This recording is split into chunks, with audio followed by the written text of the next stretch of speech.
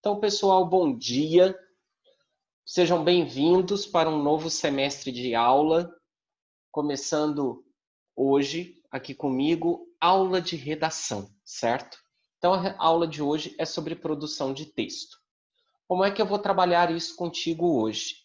Nós vamos voltar um pouco à teoria de alguns gêneros textuais, além da redação do Enem, que foi o que trabalhamos durante os últimos tempos, certo? Até antes do recesso. E aí, hoje, nós vamos trabalhar o gênero carta. Eu peço para que você pegue o seu caderno para fazer as anotações.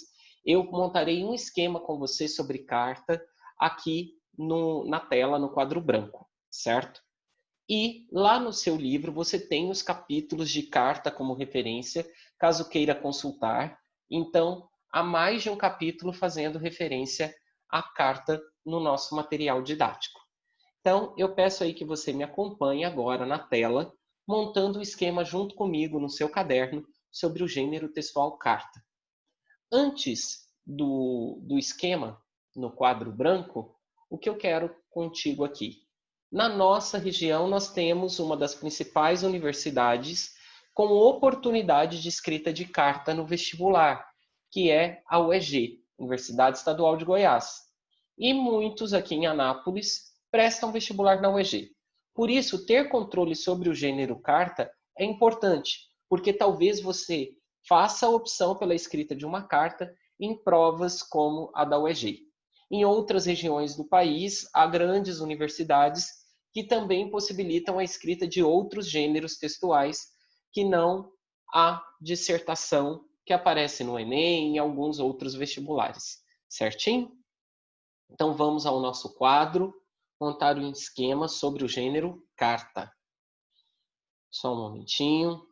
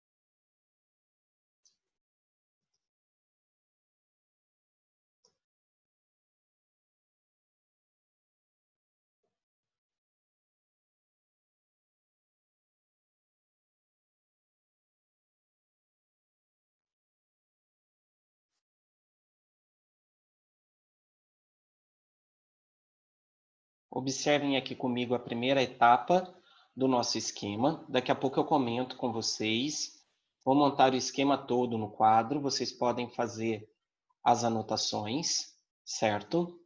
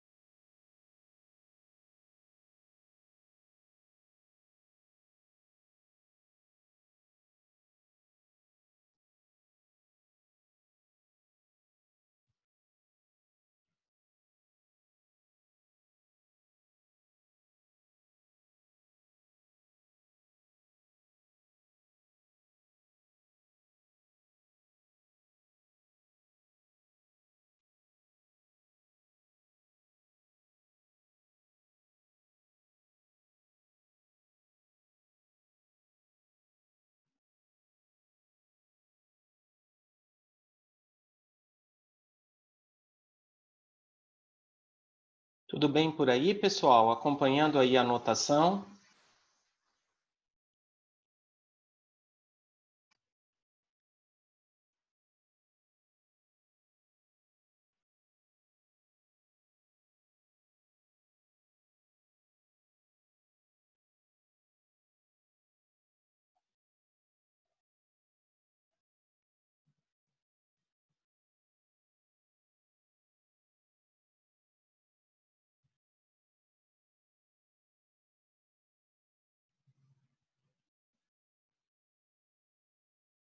Tá bem, agora eu vou anotar a outra parte aqui do esquema, certo?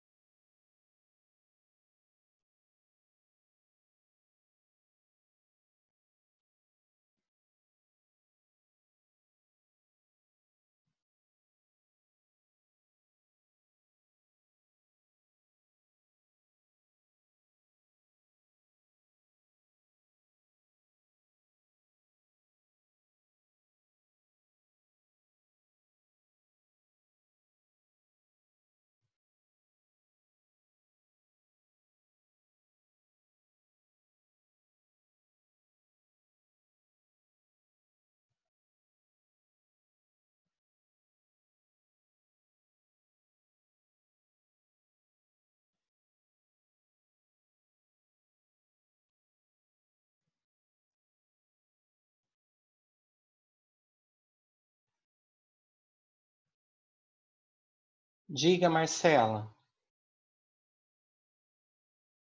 Ah, sim, Nicole, eu vou conversar com vocês sobre essa formatação do texto, tá? Então, enquanto vocês continuam a anotação, eu vou retomar com vocês aqui, certo? A nossa conversa. E aí vamos conversar realmente sobre alguns detalhes. Marcela, eu não. Nós tivemos conteúdo há 2 semanas atrás, sim, tá bom? Depois eu vou disponibilizar as aulas todas no YouTube. Então, o seguinte, nossa primeira conversa é sobre carta hoje. A carta é um gênero epistolar, então quando alguém aqui tem um contato com o texto bíblico, né, com a Bíblia, e tem lá Epístola de Paulo aos Romanos e assim por diante, ali nós estamos diante de textos que são considerados cartas de alguma maneira. Então é uma comunicação com um público-alvo que pode ser específico, uma pessoa, um grupo determinado, ou pode ser um leitor universal. O mais comum é que tenhamos um interlocutor bem determinado e específico para a carta. Este é o natural. A exceção é quando temos uma carta aberta, por exemplo, e a carta aberta se dirige a um público universal, a uma sociedade como um todo, sem que tenhamos uma definição mais exata de quem seria o leitor do nosso texto. Por que essa insistência minha nesse elemento que é o interlocutor? Porque a principal característica de uma carta é a interlocução explícita. A carta explicitamente, certo, se dirige a alguém. Então eu tenho um eu aqui, que é o emissor dessa carta, e se dirige ao receptor dessa carta. Então a carta, de alguma maneira, ela estabelece um diálogo. Tem alguém aqui que envia este texto, essa mensagem, para alguém que recebe do outro lado. e o texto tem marcações dessa interlocução explícita. Por isso, inclusive, eu vou te convidar ao seguinte: nós vamos destacar aí no seu esquema essa característica, interlocução explícita, porque ela é fundamental. Caso não haja interlocução explícita no seu texto, o seu texto não é uma carta. E por onde eu começo a perceber essa interlocução no texto? Pela presença do vocativo. Então, logo após a data, nós já temos o vocativo ali, certo? E esse vocativo funciona como uma primeira referência ao destinatário daquele texto. Então, observem comigo que a interlocução ela tem centralidade nessa carta. Aí eu já falei sobre interlocutor específico ou universal. Lembrando que interlocutor universal é quando não temos um leitor definido. Eu estou escrevendo para pessoas em geral ou para uma grande coletividade, como um país todo, uma sociedade por inteiro. Linguagem adaptada ao interlocutor. E aí, veja comigo o seguinte: vem uma das grandes vantagens da carta. Como eu sei quem fará a leitura desse texto, quem é o meu leitor, eu vou adaptar a linguagem e às vezes até o conteúdo ao perfil do interlocutor. Então, se eu estou conversando com uma figura pública, com uma autoridade, a linguagem do texto todinha será de acordo com o que se utilizaria com uma figura pública, inclusive iniciando pelo vocativo. Então, Vossa Excelência e assim por diante, é o adequado para uma autoridade pública, que geralmente é o mais comum em provas de vestibular. É comum escrevermos para secretários de educação, ministros, prefeitos, governadores e por aí vai embora. Então, o mais comum nessas provas é isso, certo? Em uma das provas da UEG, o candidato deveria discutir o uso do celular em sala de aula com o secretário de educação. Então, fiquem atentos a esse tipo de detalhe. Voltando lá, então. Caso eu esteja escrevendo uma carta pessoal para algum conhecido meu, a linguagem já se modifica, tem maior liberdade, proximidade com o destinatário do texto, cabendo até certo grau de informalidade. Por isso, linguagem adaptada ao interlocutor. Estrutura bem definida. Quando eu falo dessa estrutura, eu estou falando ali da colocação da data na primeira linha, seguida do vocativo, do corpo do texto e logo em seguida a saudação final. Aqui eu não coloquei o último elemento da carta, que seria a assinatura, pois normalmente em provas de vestibular nós não temos autorização para assinar o texto. Então você finalizará a escrita do texto na saudação final. Ou caso eles peçam, assine candidato 2020, aí você vai lá após a saudação final, na outra linha, e assina com a assinatura padrão indicada pela prova após a saudação final. Já apareceu o questionamento aí no chat, né? Sobre, tem que pular a linha, o espaçamento entre um elemento e outro da carta. O normal é que pulemos linhas, sim, que você dê espaço entre a data e o vocativo, entre o vocativo e o corpo do texto, entre o corpo do texto e a saudação final.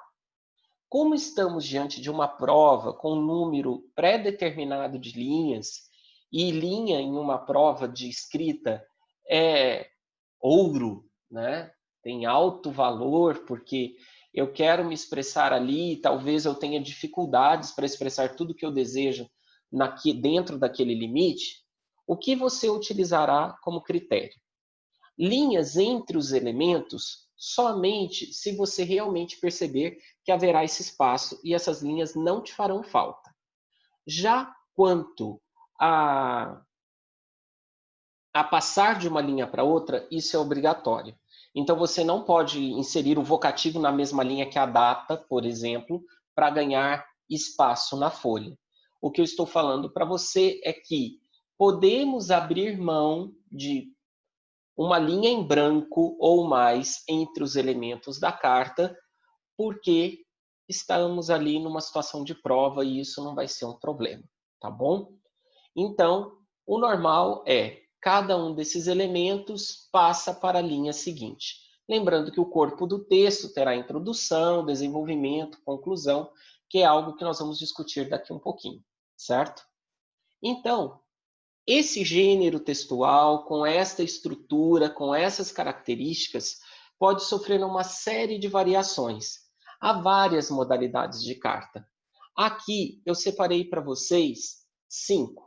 Na verdade, são somente 2, porque 3 delas são uma pequena variação da carta argumentativa.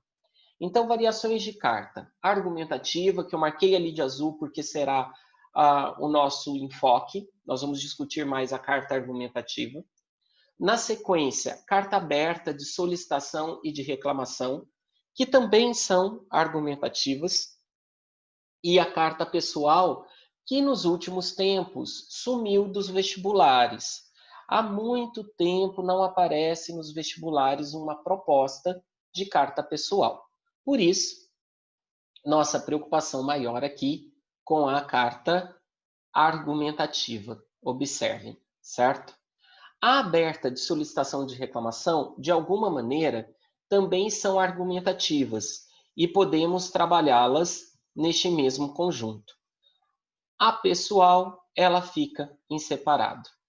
Observem que a estrutura que eu coloquei ali embaixo não apresenta título, tá? Normalmente, cartas não têm título, são iniciadas pela data. Então, cartas normalmente não têm título, são iniciadas pela data.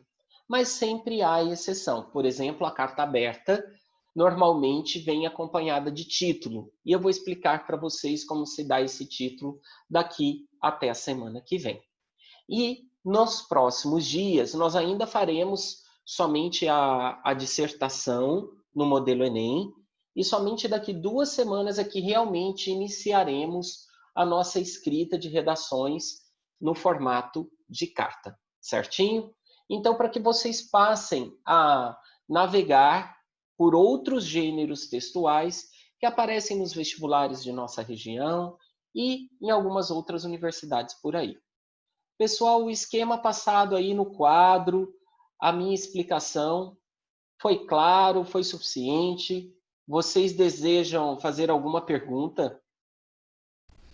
De boa. Agora você pode voltar para mim de novo, Hugo? Eu já volto, só um minutinho, tá? Vou registrar aqui no chat, tá?